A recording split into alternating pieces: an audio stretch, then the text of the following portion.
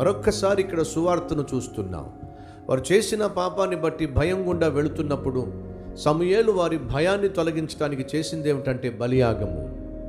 మనిషి భయం కలిగి ఉంటున్నాడు. చేసిన పాపాన్ని బట్టి భయం, ఏమైపోతానో అనే భయం, ఎప్పుడు చచ్చిపోతాననే భయం, చచ్చిపోతే నరకానికి వెళ్తానేమో అనే భయం, దొరికిపోతానేమో అనే భయం, బయటపడుతుందేమో అనే భయం, ఎన్నో భయాల గుండా మనిషి వెళ్తున్నప్పుడు ఆ భయాన్ని ఆ మనిషికి దూరం చేయాలి అని చెప్పే దేవుడి లోకానికి వచ్చాడు. దేనికి? తనను తాను పాప పరిహారార్థ బలిగా అర్పించుకోవడానికి. ఆనాడు వారికి ఉన్న భయాన్ని పోగొట్టడానికి సమూయేలు చేసింది అని తెలుసా? బలియాగము.